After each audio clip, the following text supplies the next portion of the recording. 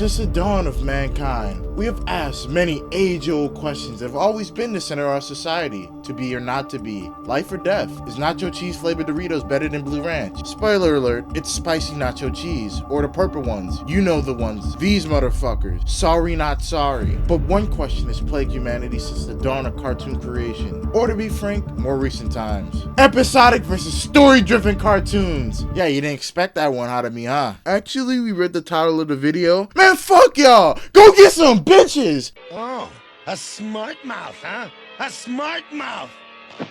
You know what we do with smart mouths around here, don't you?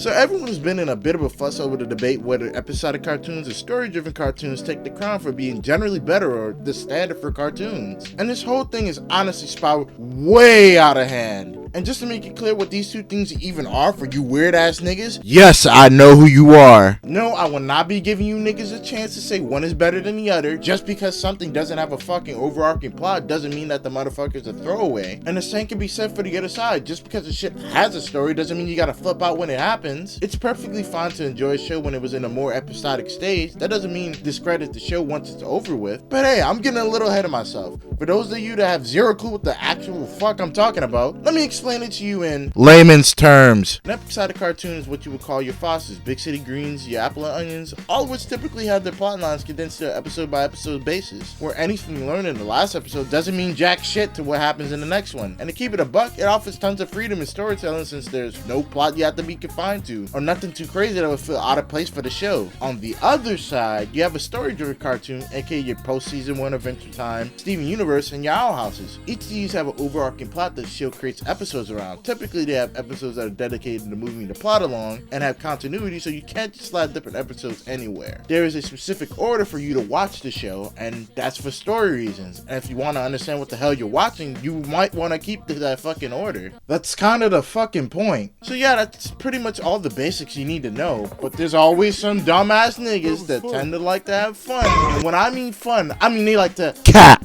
Oh, and for the people in the back, that means lies. I see you, you fucking goober you. Good one, bro. That shit was so fucking funny.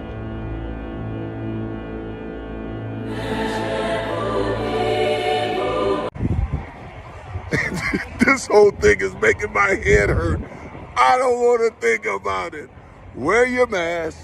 So, with a lot of the cap, or lies, some stupid things said and done due to this shit has overall made niggas blind to what's really the fucking truth. Because yeah, I'm gonna give y'all niggas the real truth if you didn't guess already. That's sort of my fucking job. I gotta address the giant elephant in the fucking room. In some weird way or another, niggas are honestly just taking uncalled for jabs at older cartoons that have heavy lean into episodic stuff. Since, well, not everything had a fucking story back in the day. Either it wasn't the fucking norm, or it just wasn't the show's goal to tell one. Or them niggas just wanted to sell you toys. So to put this as eloquently as possible as your friend LBM can possibly say, hop up these shows nuts, nigga, damn! Another big issue is how niggas somehow assume anything will be some sort of darkish story for the sake of fandom nonsense or following the trends of many cartoons out right now. But that's just not the case for every show. Wink wink, The Ghost and Molly McGee, nigga. Funny enough, I kinda wanna spit a little bit about that entire situation. I don't know if I'm tripping or not, but basically it tells you the biggest point of this fucking video. It pretty much boils down to, you niggas are stupid. A lot of you niggas, not all of you niggas, fail to see the nuance of this debate and the fact that both sides and main candidates happen to share a lot of the same qualities that niggas don't see. To be honest, it's just downright laughable to me. But hey, you get it, right?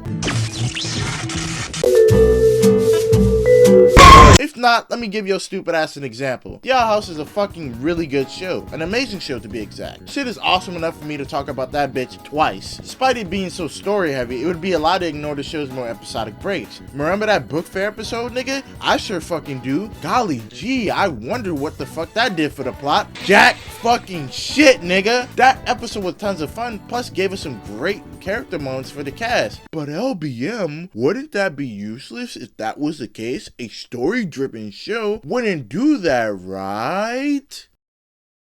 Wrong! One of the many tools of a story-driven cartoon is to create more episodic episodes. These mostly help lower the tension from the plot or just make things easy to adjust for the viewer. Shit, it can even give more in-depth character moments, kinda like that fucking episode did. Now flip that same script to an episodic show. Big City Greens is Disney's big episodic cartoon, and well, if you guessed correctly, yes, it has story-driven elements. Now, when it comes to episodic cartoons, the way that the more story-driven aspects shine through is in the steady continuity and the status quo. Small things change the way characters act based on whatever the status quo dictates. And Big City Greens is not exempt from the concept of having small, overarching plots that end up changing something for the show. Even small shit like Cricket having to work in a fucking coffee shop was something that stays for different episodes, and marks a point in the show's timeline where it updates the status quo, which in turn would mean more episodes that use that location for Cricket and his family or friends. Having new characters is also a big example of this, since, well, you can't place episodes with them before other ones since they're hard stuck in the show's timeline. Shit, having a big antagonist as part of multiple different episodes with overarching plots sounds a lot like a story-driven thing to me. But hey, what do I know? It's almost as if I don't watch it or something. Fuck me, I guess.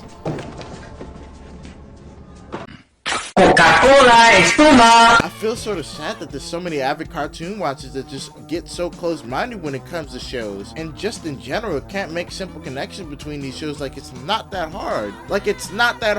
It's also not that hard to not be a fucking fool. The fuck are you looking at me for? If you don't get your okay, I'll pull up. How about at the after party? Face ass the fuck out of here. I'm a fuck. Man, shut your bitch ass up. Nobody asked you a bitch ass thing. Shut the fuck up. I got your fucking head out your shoulders. Stupid ass bitch. Stupid ass bitch. I hit a man with glasses. I got no pride. Okay.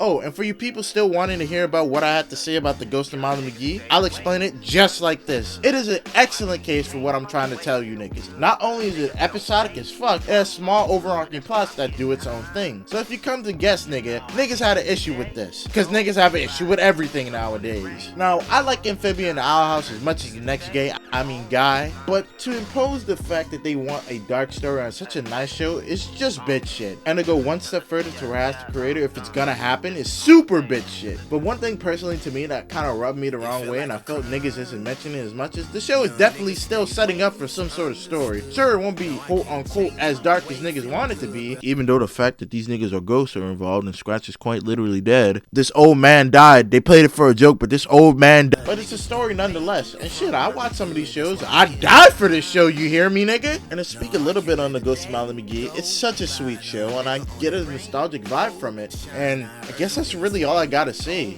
Anyways, I hope you niggas understand that we can just enjoy shit. Sometimes shit doesn't have to be the way you fucking want it to be. And maybe focus on literally anything else. Like, hey nigga, no, not that, no. How long is this anyways? Oh, right now I just think I need to be a monster and hold girls against their will, chain them up in my basement, and don't let them eat and don't let them out unless they need some shoes down the street from their uncle. My name's Cricket Green. Welcome to the Owl House.